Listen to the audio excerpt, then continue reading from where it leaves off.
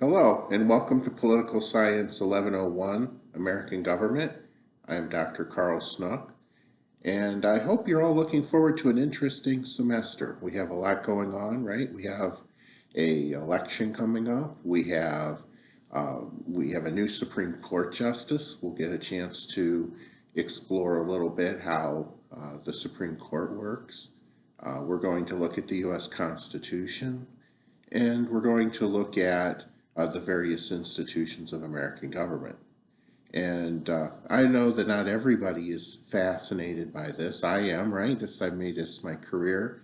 But if it's not fascinating to you, at least I hope it's straightforward and easy to learn if you're willing to put in a little bit of effort.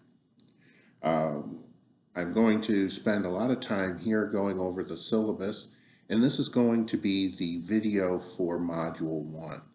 Now, Module 1 is going to be all about the syllabus. As we move on in the semester, we're going to have a module introduction that is going to help get you ready to go through the new learning for each section. And we're going to have a total of 8 modules, although some of these will be designed to help you get ready for the midterm and the final exam. The others will be related to new course material. And we're going to be covering 12 chapters of the Logic of American Politics textbook this semester. So hopefully you guys are looking forward to learning some things, and I would strongly recommend that you watch each of the videos. In fact, you're responsible for anything that's on the course D2L page. If I put it there, it's because I'm hoping that you learn from it. If you skip it, you do so at your own risk. My email, csnook1@kennesaw.edu, and I would strongly recommend that you use this rather than the messaging system in D2L or contacting the School of Government and International Affairs. If your goal is to get in touch with me as soon as possible, email is probably the best. I've left you my telephone number, but again, you know, what you're relying on is you're relying on me getting the message and sending it back. My email is pinging on my phone all the time. That's all the better a telephone call would do. Anyway, my office is located in the Social Sciences Building, room 5072, which is, as you get out of the elevators, you have to go all the way around to the back to get to.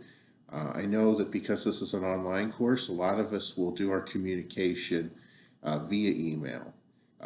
If we need to, we can set up a Microsoft Teams meeting, but you also have the access to me in the office, especially if you're on campus. My office hours are from 10 to 11 on Mondays and Wednesdays.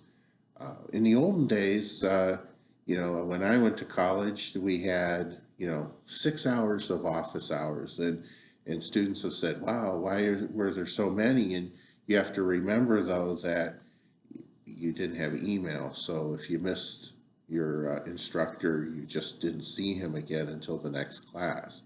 I try to be available all of the time. I'll try to get back to you within 24 hours, at least Monday through Friday. I have a couple trips that I'm going on over weekends this fall. In fact, I'll be in Florida one weekend. I'll be in Michigan one weekend. But even so, when I get the notice, I'll look at the message you sent me, and I'll try to get back in touch with you that very day. You can read through the course description. The required text for the course, The Logic of American Politics. This is the Cornell, Jacobson, Kusler, and Vavrick book. What I would say is that there's a 10th edition out. It's the official edition that we're going to be using. However, if you can find a 9th edition, that will save you some money. The only thing you have to worry about is sometimes there's a picture of a guy and he used to be the leader and now he's not, or something like that. you're responsible for having all of your information being up to date if you use an old edition of the textbook.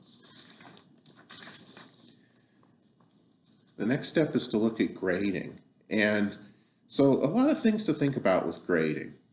First and foremost, a surprisingly large number of students lose points because they either don't do discussions, they do really dreadful jobs on the discussion, like it says 150 words and they write 25 words, or they skip quizzes. And, you know, in most cases, you're going to have, well, module one is going to have, you're going to have a week for. Every other module lasts at least 2 weeks. And it's funny because, and I don't mean it like I laugh at you, I mean it in the sense of it's strange that so many people will miss, not because they only had a week and that wasn't enough time, but because they had 2 weeks or 3 weeks and they lost track of what was due. And so I say, don't ever let that happen to you. You know, you feel free to have a piece of paper or a schedule or a notebook inside which you write whether you or not you've done an assignment. You know, write down the assignment, check it off when you're done. You know, if you try to just remember things, it's surprising, right? If you take 5 courses, 5 professors with 5 different, ideas towards when things should be due, you're going to forget. Remember, each module is going to have a quiz, including this first one. 5 of them are going to have discussions, including the first one, although the first discussion is a personal introduction.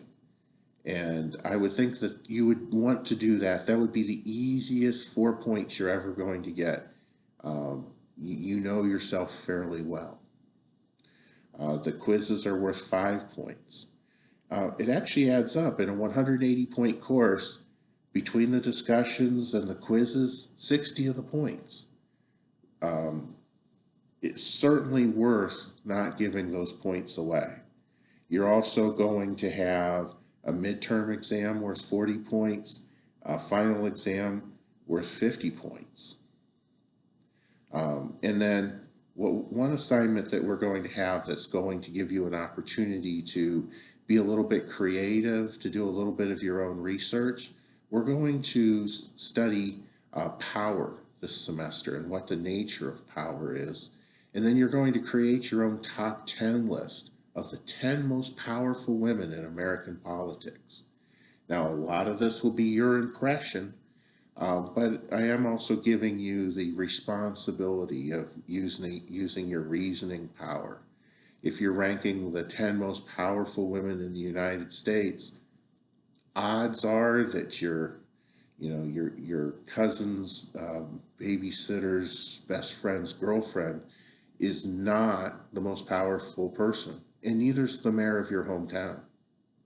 You know, there's women who are governors, there's women who run major corporations, there's a woman who's the vice president of the United States, and a woman who actually runs the House of Representatives, to say nothing of all of the other important jobs that we have in the United States. So, you know, your city council person? No, not really. Just, I know she isn't, and so you won't get credit for that. But other than that, you'll have your chance to make your case. Each person you rank you'll have an opportunity to write a short explanation for why you put them there. And then 10 points of attendance, which is to be measured by whether you do the assignments of a particular week, right? You're online. If you don't log in all week, you're absent. So, be active in the course. I have a whole big section on technical requirements and the importance of turning things in on time. One thing that we'll talk about maybe during the course of the semester is that you're going to have 2 opportunities for bonus points. And bonus points meaning I find an assignment that's going to be important for your learning in the course. I'm willing to give you points if you do those. One is going to be an opportunity to watch a presentation on Constitution Week, which is going to be coming up in, well, in September, when the Constitution Day actually is. Constitution Day this year is on a weekend, so we're going to have an event on the Monday afterward, all which will be recorded for you to watch if you're not able to watch it live. And there's also going to be a survey that you're going to do at the end of the semester. What there isn't are extra credit assignments like the ones that maybe they gave you in high school, where you go up to the teacher on the last day and you say, well, I haven't done anything all semester. Is there any chance that you can give me a paper to write? Or, I go back in time and capture the important famous people from history, and I interview them on stage at the end of an exciting movie with Keanu Reeves. And the answer is no, you can't. Although, if you can build a time machine, why wouldn't you just go back in time to the beginning of the semester and do the work? I never understood that in the Bill and Ted movie, why they didn't just go back in time and do the assignment. All right, so there's a section on late assignments. If something's going to be late, I need to hear about it before it's due. So often it seems like I'm contacting students saying, are you going to do that midterm? Are you going to do that final? And I figure this semester, if I warn you, I won't have to tell you. I'll just say, you keep track. And I'll try to keep track. I'll try to be helpful. I'm not a bad guy. But I will say that ultimately your success is your responsibility. I was talking to several professors during the summer, and we were talking a little bit about how things have changed after the coronavirus situation, and how a lot of times that students have had a difficult time because of that. And I recognize that, and I accept that that's true. But I also say that we have to bounce back a little bit. Maybe this is the year that we can try to do that. And one way to try to bounce back is to find a course that you really enjoy and to try to dedicate your time and effort to it. And if you're starting to feel like you're having problems, contact me and maybe I can make a referral for you, but you can also contact the university student health situations that might be to your benefit. Later, I will have a thing posted about what to do if you think you have coronavirus, but it's a little less important for our class, right? If you have coronavirus and you want to do something online, one thing you could do online is to take the tests. If you're not up to that, of course, contact me and we'll work something out.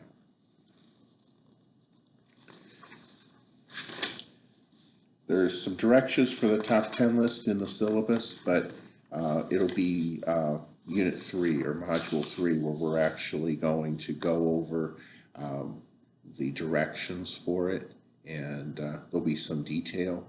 And then later in the semester, during the week of our midterm exam, there'll be a presentation on it that should help you. And the top 10 list is actually not due until the last day before Thanksgiving, November the 20th.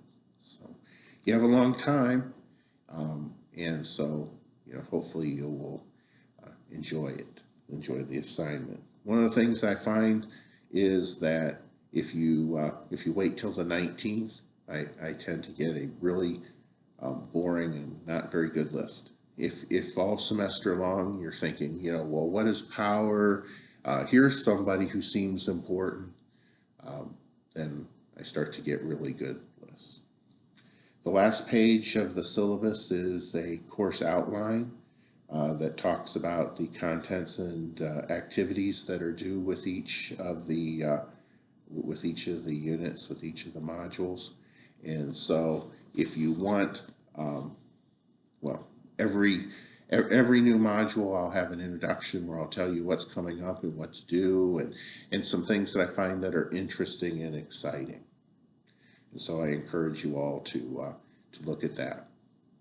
Now, thinking a little bit about political science here as we are beginning the fall semester of 2022, I would say that the thing that we should probably keep in mind is that there will be a lot of discussion of politics in the news. There'll be discussion perhaps on campus. There'll be discussions maybe amongst your friends.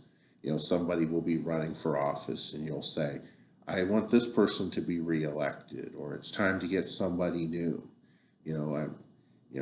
We'll be polite to each other, but I think also that it's fully legitimate for us to be interested in deciding who's going to be running our country. And so if you have an opportunity this semester, I strongly encourage you all to spend a little bit of time following the election.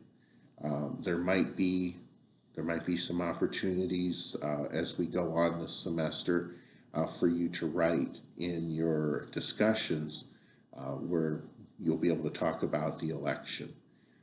I've managed to put into the discussions a couple videos that are related to that are related to people who are running for office.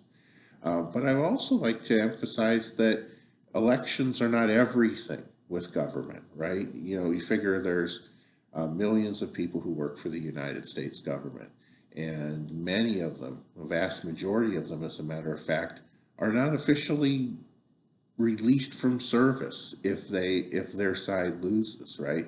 We have a huge bureaucracy, permanent employees of the government whose only responsibility is to follow the law. How well do they do their job? They're going to be evaluated by their superiors.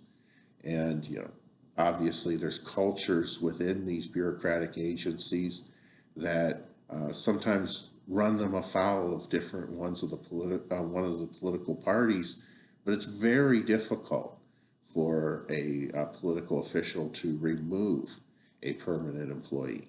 In fact, most of the way that they direct the government agencies is that there's a few political employees right at the top, people who've been appointed by the president, usually have to be confirmed by the Senate, and then they're in charge, except only to the degree that they can influence the bureaucrats.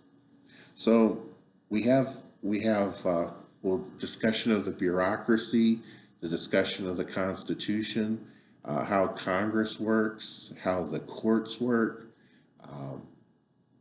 and I think that in addition to that, the material on the elections, we have a full plate for us this semester. So if anybody has any questions, feel free to contact me. I will hopefully be very engaged with all of you. If I'm not, right, communication's a two-way street. Anytime you have a question, I want you to ask me. And anytime that I have a concern about you, I'll probably send an email. And if I do, then you'll have to respond. Well, I guess you don't have to, but it'll mean I'm hoping you do. All right, so I wish you well, and a week from now, when you see the introduction to Module 2, we'll be covering chapters 1, 2, and 3. And for right now, I want you to pay as much attention as you possibly can to the syllabus. You'll be responsible for the material in the syllabus. Your first quiz is going to be about the syllabus. We have our personal introductions. Hopefully you will enjoy that. If there's anything, don't tell me anything that you want to keep private. You don't have to do that. But anything you want to present to the world, feel free to include in that personal introduction. I'll see you as we go forward.